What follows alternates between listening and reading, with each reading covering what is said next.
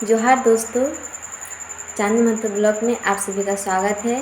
और आज मैं फिर एक विषय लेके आप सभी के सामने आई हूँ।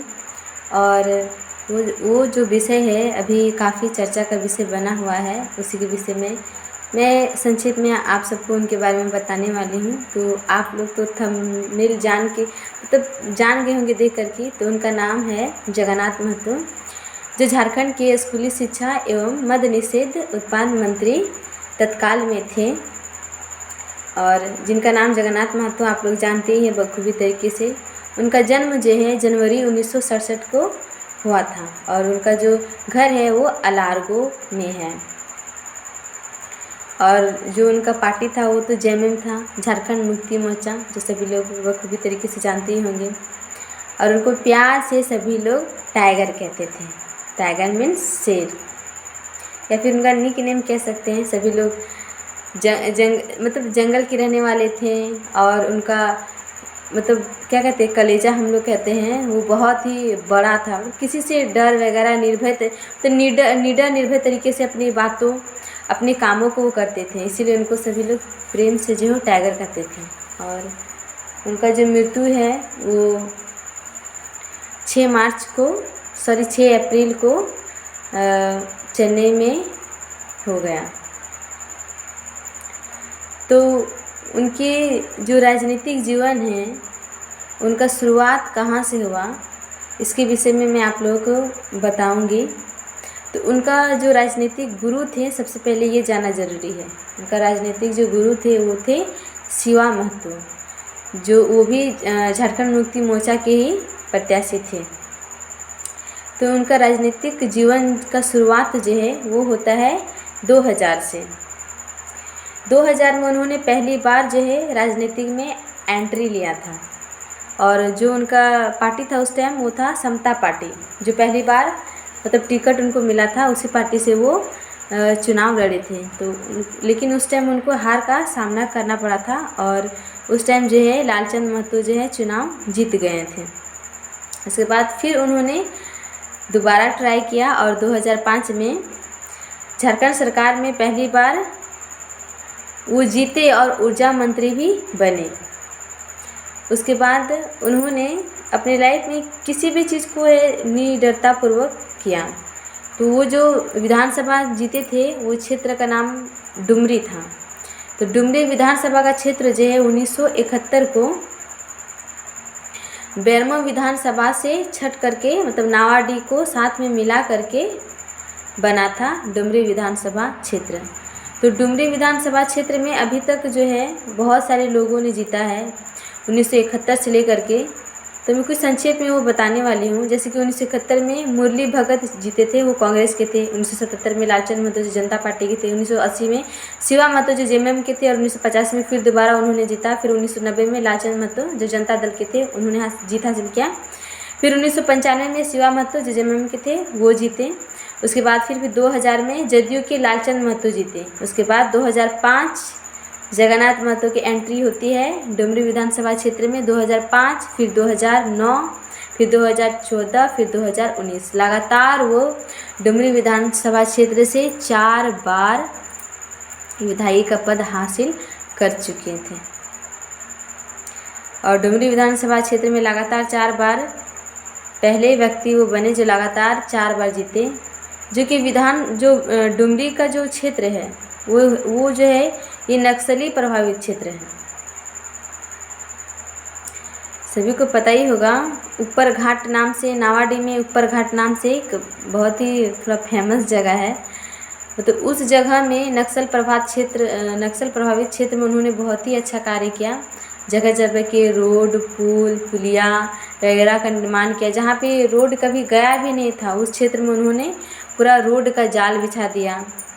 जो भी आवागमन होता था, दिक्कत होता था, गांव में आना जाना, आसपास में जितने भी थे सब जगह पुल, रोड वगैरह बना दिया। उन्होंने 3 इंटर कॉलेज, 1 डिग्री कॉलेज बनाया। एक तो नावाडी में देवी महतो कॉलेज है। और उसके बाद फिर नावाडी में देवी महतो कॉलेज इंटर और डिग्री कॉलेज है। उसके बाद फिर 2 बड़की बेरगी पंचायत में जगन्नाथ महतो इंटर कॉलेज के रूप में 16 अप्रैल 2016 को शिलान्यास किया। उसके बाद 10 मई 2017 को उद्घाटन किए। फिर स्थापना का अनुमति 2018 को हुआ। उसके बाद जो है अस्थायी प्रसूतिकृति जो है वो 2022 को मिला। फिर अनुदान 2023 को। और इस कॉलेज में भी हजारों मात्रा में जो है छात्र छात्राएँ शिक्षा प्राप्त कर रहे हैं। कहते थे वो खुद में एक बहुत बड़ा डायलॉग, क्योंकि उनका शिक्षा के प्रति बहुत ही जुझारूपन था, इसके कारण उनको जो है शिक्षा मंत्री बनाया गया था। वो कहते थे कि समाज के साथ खुद का विकास करना है तो वो शिक्षा से ही संभव हो सकता है। शिक्षा से ही हम समाज को भी बदल सकते हैं और खुद को भी बदल सकते हैं, खुद में भी परिवर्तन हम ला सकते हैं शिक्षा के माध्यम से। यदि कहते हैं ना, क्या कहते हैं, हाँ, लोहा की ताकत से भी ज़्यादा ताकतवर होता है एक कलम का ताकत। एक स्याही, कलम में जो स्याही होता है ना, उसका ताकत उस लोहे की ताकत से भी ज़्यादा होता है। इसलिए कहते हैं विनोद बिहारी महतो कहते थे ना, पढ़ो और लड़ो। उन्हीं के तर्ज में जो है विधायक जी पढ़ाई पे वो ज़्यादा जोर दिए, इसीलिए वो शिक्षा मंत्री बने। और 1932 का खतियान जो अभी पूरा ये से झारखंड में चल रहा है, सब लोग पूरे एकदम खोए हुए हैं 1932। उन्होंने कहा था कि 1932 के खतियान पर वो बोले थे कि सदन में भी पास होगा, किसी की हिम्मत नहीं जो रोक दे। और उन्होंने ये करके दिखाया भी। और सदन में भी, विधानसभा में भी, जैसे कि सबको पता ही हुआ कि 1932 पास हो चुका है। बट फिलहाल अभी हमारे हेमंत दादा चुप्पी साधे हुए हैं। वो कह रहे हैं कि भी 2 कदम में पीछे ले चुका हूँ। यह नहीं सोचिएगा कि 1932 का खतियान चुप हो चुका है, अब उनकी बातें वही जाने। उसके बाद जो है उनका कार्य जो है, जैसे कि आप लोगों को बताया गया कि जो ये नक्सली संगठन का भाकपा माओवादी का गढ़, जो बड़का गांव था, उन्होंने बहुत अच्छा विकास किया।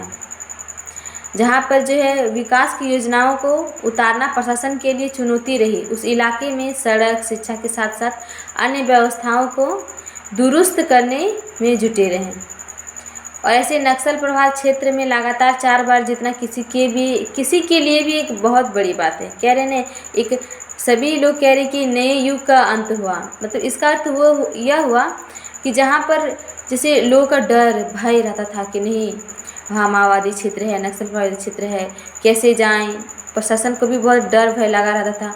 लेकिन उस जगह पर उन्होंने इस प्रकार से, आज देखिए सब जगह, मैं खुद नावाडी की हूँ तो मुझे भी पता है, मैं अपनी आँखों से देख रही हूँ, उस चीज़ का अनुभव भी कर रही हूँ। और मैं खुद भी जगन्नाथ महतो से मिल चुकी हूँ।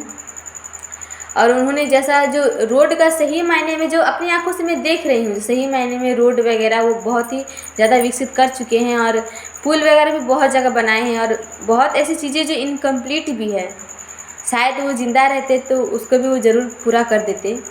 उनके हाथ में जितना था उन्होंने तो ट्राई बहुत किया, बहुत कोशिश किए हैं वो। उसके बाद वो पहले व्यक्ति हैं जो इस बार 2019 में जो चुनाव हुआ तो उस टाइम जो क्या कहते हैं, वो शपथ जो लेते हैं विधायकी जब प्रदान की जाती है उनको, तो वो खोट्टा में लिए थे। ये बहुत ही हमारे जो झारखंडी है उनके लिए तो गर्व की बात है कि वो अपनी लैंग्वेज को नहीं भूले, वो मदर टंग को भूले नहीं। वो हमेशा कभी भी मिलते थे तो अपनी जो मदर भाषा है, जो मातृभाषा है, अपनी घर की भाषा खोट्टा, उस लैंग्वेज में वो बात करते थे।